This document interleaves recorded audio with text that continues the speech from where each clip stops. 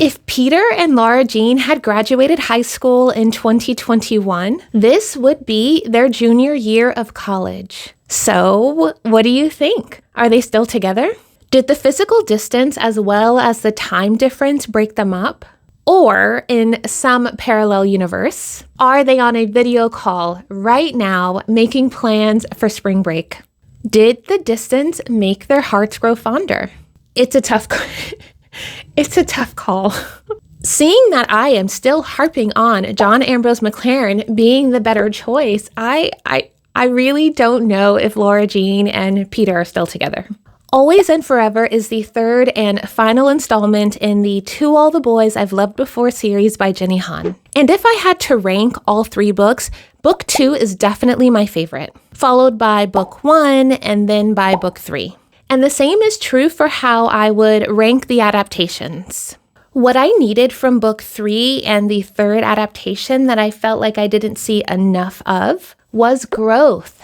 Growth in Peter and Lara Jean as characters, as well as growth in their relationship. And what I don't mean by growth is a picture-perfect ending, which is actually what the adaptation provided. Dr. Covey and Trina getting married.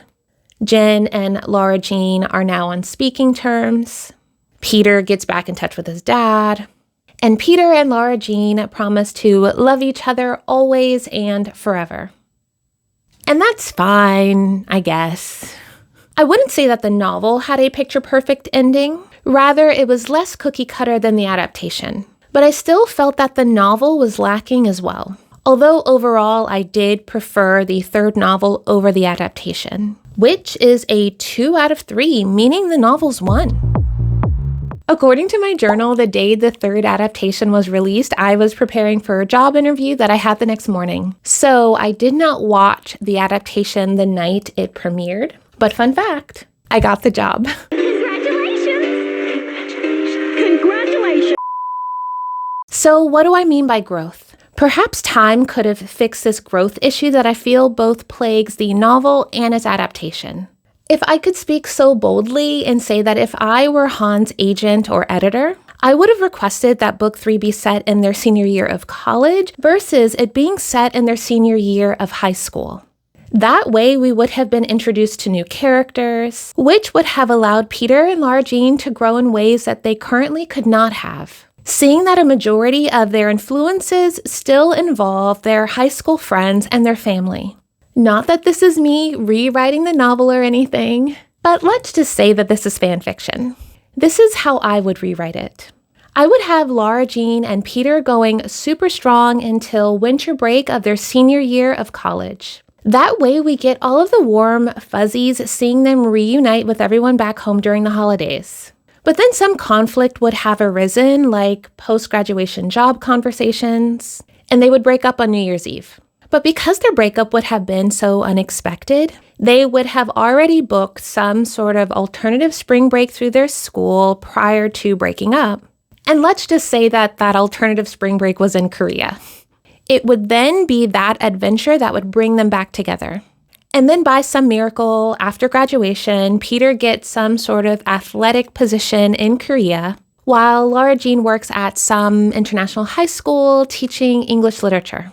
That way, we would have gotten some sort of glimpse into their life when Kitty moved to Korea during EXO Kitty. Then eventually, they all move back to the US and live happily ever after. This is what I would have needed to see in order to believe that they would be able to make it long term. In essence, as it currently stands in both the novel and the adaptation, I am not convinced that there is an always and forever for Peter and Lara Jean, because there wasn't enough time and distance and space to test their relationship and to see them thrive in other ways. We were only privy to seeing them in Virginia in the book and Portland in the film, and for me that just wasn't enough.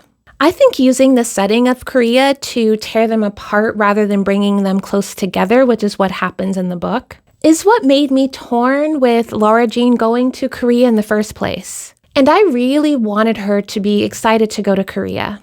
In the novel, we actually don't get to see Lara Jean go to Korea. It's completely skipped over. Unlike in the film, Korea becomes a really important family memory. because Trina goes with them to Korea, and that's when Dr. Covey announces to the girls that he is thinking about proposing. And that's also when we are introduced to Day for the first time. And this introduction to Day also primes us for Exo Kitty. That means Exo Kitty must have been greenlit before the filming of the third adaptation. So the whole conflict in the third novel surrounds where Lara Jean and Peter are going to go to college. In the novel, Lara Jean and Peter want to go to UVA, but Lara Jean doesn't get in. Then we find out that she actually wanted to go to UNC, which is where she eventually ends up going. In the adaptation, Lara Jean and Peter both want to go to Stanford, but Lara Jean doesn't get in. But then we find out that she actually wants to go to NYU, which is where she does get in and where she eventually ends up going. I often wonder when it comes to movies and really popular schools, like, do universities bid to have their names being spoken over and over again in these kinds of films? I must admit, it was actually kind of fun for me because I went to Sarah Lawrence for graduate school. I also went to Berkeley for graduate school. And so it was nice to sort of kind of think about those moments of wanting to get in and figuring out where I would end up. So when I think about the novel and the adaptation, they actually feel like very disparate stories to me. Besides having the central conflict of Peter and Lara Jean going to different schools, the novel and the adaptation just felt like two different stories altogether. There's no Raj in the movie, which is Margot's boyfriend who shows up in the novel. Margot and Trina actually don't get along in the novel, but they get along okay in the movie. In the novel, it's Peter who can't seem to find the right words to write Lara Jean a message in her yearbook, which is what initiates the conflict of them breaking up. While in the adaptation, it's actually Lara Jean who can't seem to find the words, which is why she gives him the hat box of all of their memories. Also, there's no week at the beach house in the film, which is the time that actually ends up solidifying their breakup. But in the movie, their breakup happens during prom. Even though there are a lot of differences in the adaptation and the novel, they both end the same. Peter and Lara Jean promise to love each other forever. I'm here to tell you right now, we don't care. Let me tell you something. We don't care. So, are you hopeful that they're still together? Let me know in the comments below. Thank you for watching, and I will see you in the next video.